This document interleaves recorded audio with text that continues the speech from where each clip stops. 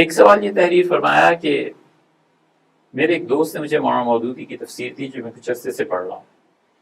اب کوئی مجھے وہ تفسیر پڑھنے سے منع کر رہا ہے کہ مولانا ذرا سخت مزاج تھے اور انہوں نے ہمارے نبی صلی اللہ علیہ وسلم سے متعلق بھی بہت سی ایسی باتیں کہی ہیں.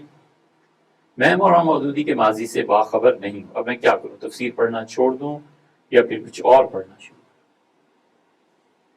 سب سے پہلی بات تو یہ ہے بھائی کہ مولانا مودودی کی اس تفسیر میں یقیناً غلطیاں ہیں، کوئی اس میں شبہ نہیں ہے کہ بعض علماء نے بہت شدید غلطیاں سورہ آل عمران کی تفسیر میں دیکھی جہاں صحابہ کرام رضی اللہ عنہ کے مال غنیمت کا معاملہ ہے، وہاں بڑی شدید چیزیں نہیں.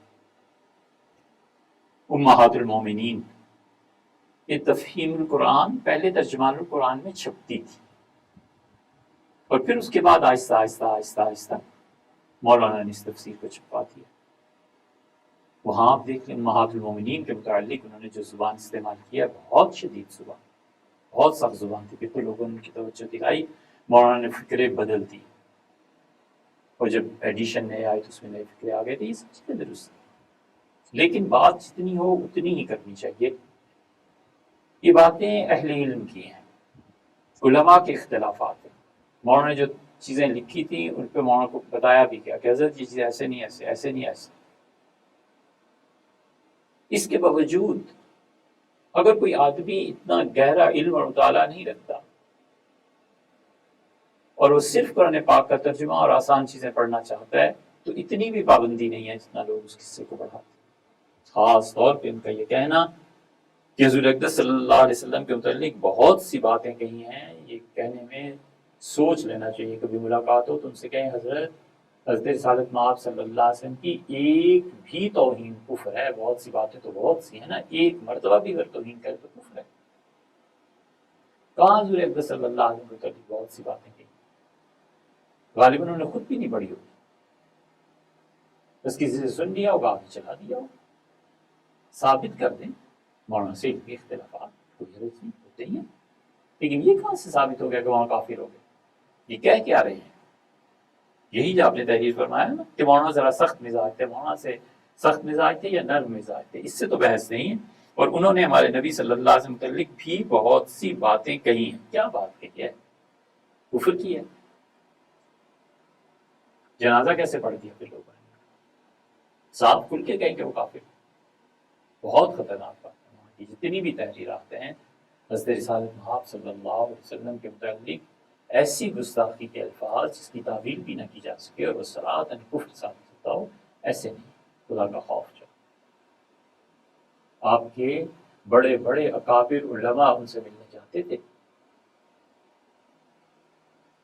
کون نہیں جانتا کہ 1977 میں ضیاء الحق صاحب کے ماشاء اللہ آنے سے پہلے بھٹو صاحب کے خلاف جو تحریک چلائی گئی تھی اس وقت یہ تفہیم القرآن یہ سب چیزیں چھپ چکی تھی. دیوبند کے علماء میں سے مفتی صاحب تھے، بریلوی حضرات میں سے مولانا احمد صاحب نورانی تھے، سارے علماء تھے، اہل حدیث علماء اس میں شامل تھے، شیعہ حضرات شامل تھے. کسی کو بھی خیال نہیں آیا کہ کافر آدمی سے اتحاد کرنے جا رہے ہیں. اور کفر بھی کوئی معمولی نہیں، حضور صلی اللہ علیہ وسلم کی شان میں اس نے گستاخی کی. آدمی کو اچھی طرح سوچنا چاہیے کہ جو زبان سے جملہ بول رہا ہوں اس کی زد جا کر کہاں پڑے. اور پھر مولانا ابوالحسن علی ندوی اور یہ حضرات پاکستان کے دورے پہ آتے تھے، مولانا سے ملنے جاتے تھے. ہمارے شیخ مولانا ابوالحسن علی ندوی رحمۃ اللہ علیہ نے تو باقاعدہ مولانا کی تعریف میں کئی جملے لکھے ہیں، صفحے سے بھی زائد لکھا ہے ایک جگہ. کیا ہم کہہ رہے ہیں کہ وہ بھی کافر تھے؟ کون سا کفر ہے؟ اس لیے بہت احتیاط مت کی. مولانا کے اللہ کے نام اعمال میں جو نیکیاں پیش ہوں گی نا، مولانا کو پڑھا کتنا ہے جو اتنی بڑی بات کہہ رہے ہیں کہ وہاں کافر تھے، معاذ اللہ استغفر اللہ. انہیں پڑھا کتنا ہے؟ خود مولانا مودودی کو کتنا پڑھا؟ ان سے پوچھے تفہیم آپ نے پوری پڑھ لی ہے؟ تفہیمات پڑھ لی ہیں، پردہ پڑھ لیا، جہاد پڑھ لیا، ترجمہ القرآن میں وہاں کے جو مضامین چھپتے رہے وہ پڑھ لیے. اور ایسے کافر آدمی کو جمعیت دیوبند، جمعیت علماء کا اخبار، اس میں مضمون لکھنے کی اجازت دے دینا، یہ کیوں؟ کیا چیز تھی؟ اور پھر مولانا کی پارٹی جماعت اسلامی کے امیر مولانا ابواللیث رحمہ اللہ بڑے متقی آدمی تھے، بہت پرہیزگار آدمی تھے. ہم انڈیا گئے تھے تو حضرت کی زیارت ہوئی تھی. مولانا ابواللیث مدینہ منورہ جاتے تھے اور شیخ مولانا زکریا صاحب رحمۃ اللہ علیہ فرماتے رات کا کھانا میرے ساتھ کھانا. اور ایک مرتبہ انہوں نے کوئی بات کر دی تو حضرت نے فرمایا دیکھو بھائی اب تک تمہاری محبت تھی، اب بات شروع ہوئی جھگڑے کی، لڑائی کی، تو یہ مت کرو. اور کھانا نکال کے دیا، فرمایا یہ کھائیے. یہ شیخ مولانا زکریا صاحب رحمۃ اللہ کے سوانے میں لکھا ہے. سبحان اللہ. ایک شخص گستاخ رسول اور کافر اور بڑا سخت مزاج، اور اس کے بعد اس کی پارٹی کے جو لیڈرز تھے ان کو حضرت شیخ مولانا زکریا صاحب رحمۃ اللہ کھانا کھلاتے تھے اور اس طرح محبت سے پیش آتے. کس نے پڑھی ہیں مولانا کی کتابیں؟ اگر پڑھی ہیں تو ہمیں بھی آئندہ بھیجنے کیجیے. یہ فکریں ہیں جن کی کوئی تعویل سوائے کفر کے نہیں ہو سکتی.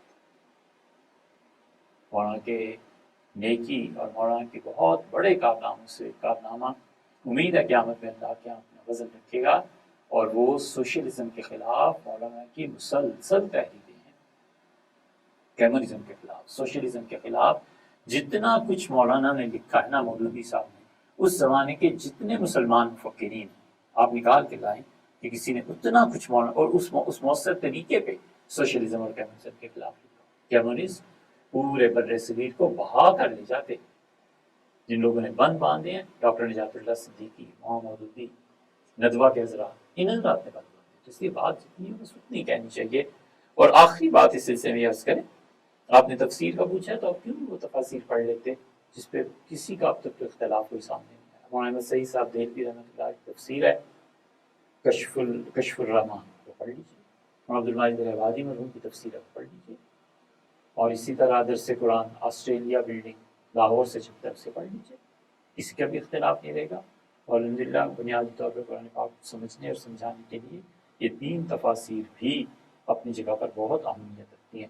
حضرت شبیر صاحب عثمانی رحمۃ اللہ کی تفسیر بھی ایسی ہے، بغیر کسی فرقہ واریت کے، اگرچہ حاشیہ ہے مختصر لیکن بہت اچھا حاشیہ. محمد الواحد دریابادی میں کا حاشیہ تو اس سے بھی کم، لیکن بہرحال یہ حواشی بھی بہت اچھے لکھے گئے ہیں، بہت محنت سے، اور قرآن پاک سمجھنے میں مدد